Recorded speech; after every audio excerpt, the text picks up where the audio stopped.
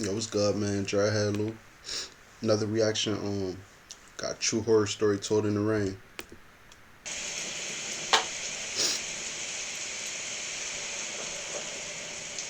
When this happened, I was 23 and worked full-time at a pizza shop in my local area. I'm not sure if things were going on before this, but as far as I know, everything started and ended on this one night.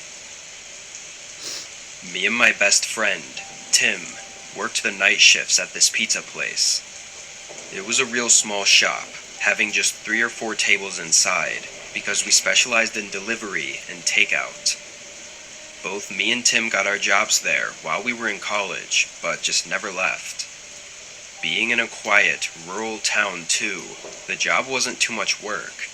Never had busy days really, just a steady flow of orders It was just in there chilling. sometimes. On this night, there was a light storm outside, and in return, business was slow.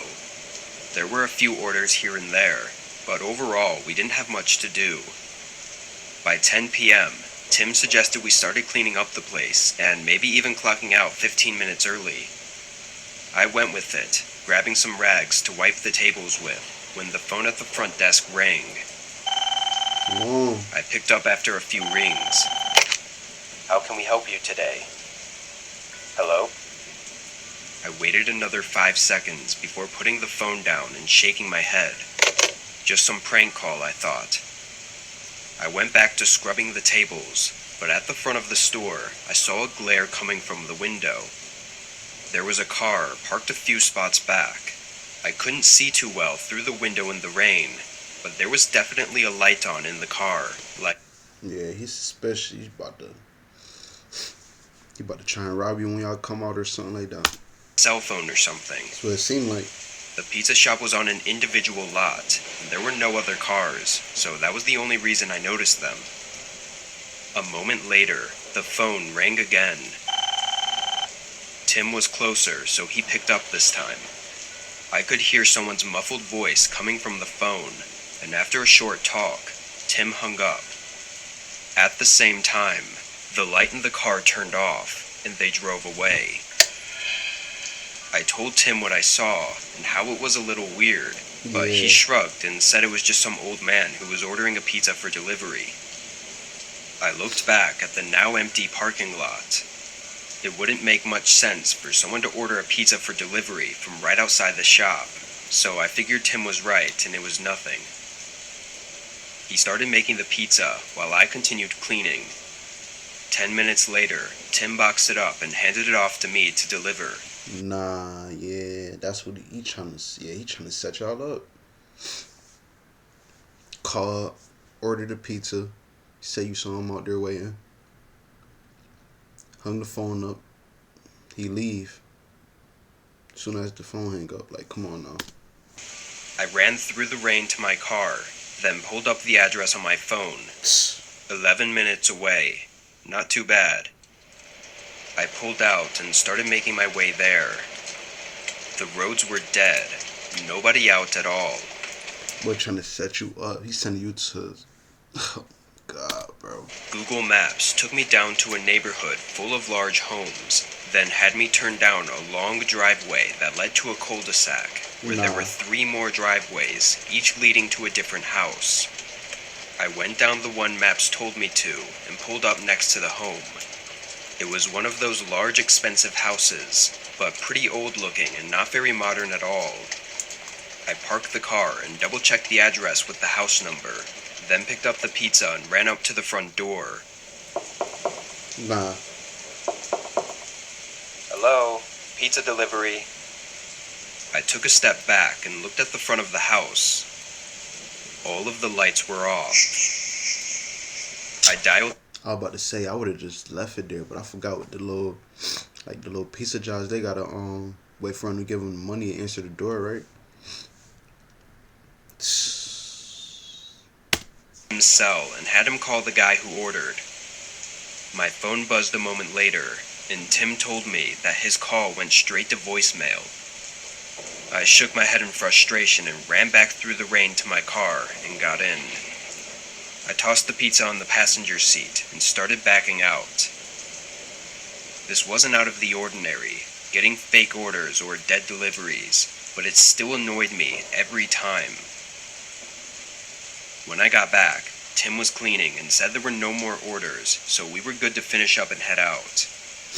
I tossed the pizza in the trash and started helping him. Bro, what? You ain't eat that? You tripping? That's a free Jump meal. and head out. I would've, most definitely would have kept that. Free pizza right there. Every trip. He said that used to happen a lot too. What else you go? Why would you throw it out for? I don't know. Then again, they probably already eating mad pizza there, so. I tossed the pizza in the trash and started helping him. Both of us were in the back, cleaning the ovens and wiping the prep counters, when a sudden bang came from the front of the building. We looked at each other, then ran to the front. At first, we didn't see anything, but then Tim spotted a small crack on the door. I walked over and opened it, and right outside was a heavy rock, big enough to throw and do some damage with. I looked around, seeing the parking lot was completely empty and nobody was nearby. Both of us were really confused and kind of freaked out. We talked about maybe calling the cops, but neither of us wanted to deal with that right now. To put things in perspective, it was 10 minutes before we were off, and if we called, then we'd be here for another hour at least.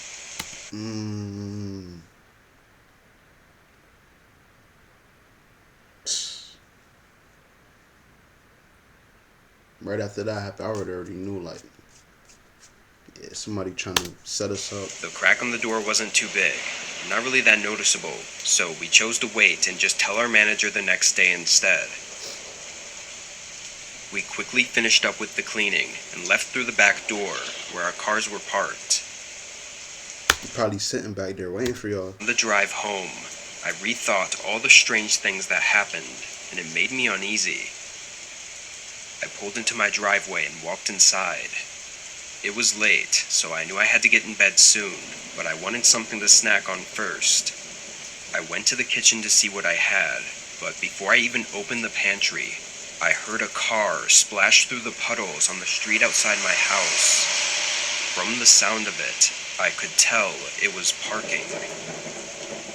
I walked over to my window and peeked outside, seeing a car parked right in front of my driveway. Whoa. It only took me a second to realize it was the same car I'd seen outside the pizza shop. That's what I'm saying. But how did he had to be following you. So you gotta be, and he had to be following him when he left.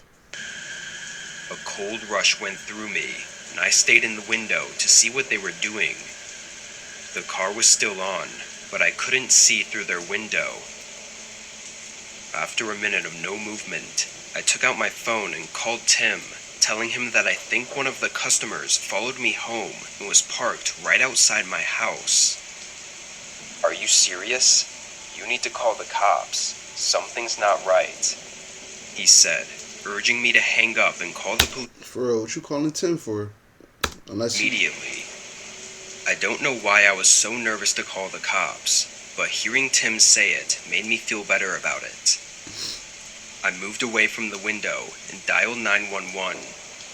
The lady on the line said that they would have someone on their way and that I should stay hidden and wait. I heard a car door open and close, so I quickly said okay and hung up. Looking back out the window, a man was walking up my driveway. He was wearing dark clothes, covering his whole body, and a hood covering his face.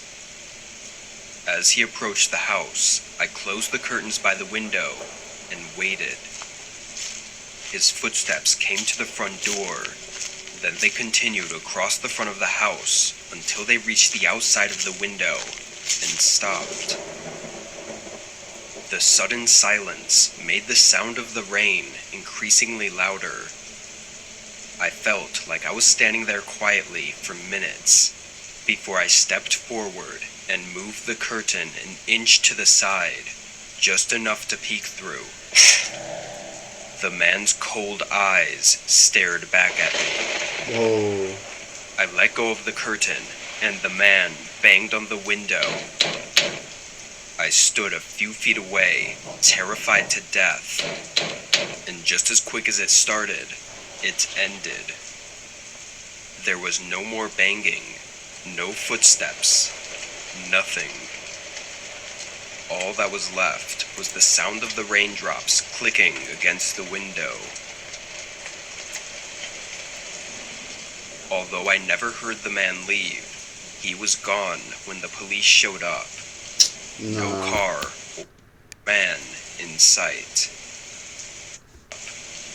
No car or man in sight. I told them all that had happened from the middle of my shift to the end of the night. They looked at me like I was crazy, and part of me felt crazy too. None of it made any sense, and there didn't seem to be any motive for the man to have done what he did. Honestly, because of that, the whole night had me messed up for a while. Going through something as senseless as that was really just fucked with my head. I'm hoping that by sharing this, someone may be able to help me understand what happened, or why the man did what he did. It sounds odd, but even now, when it gets really quiet on rainy days, there's an eerie feeling that rushes through me, bringing me back to that night. Yeah, that's crazy. Set them up, follow them home.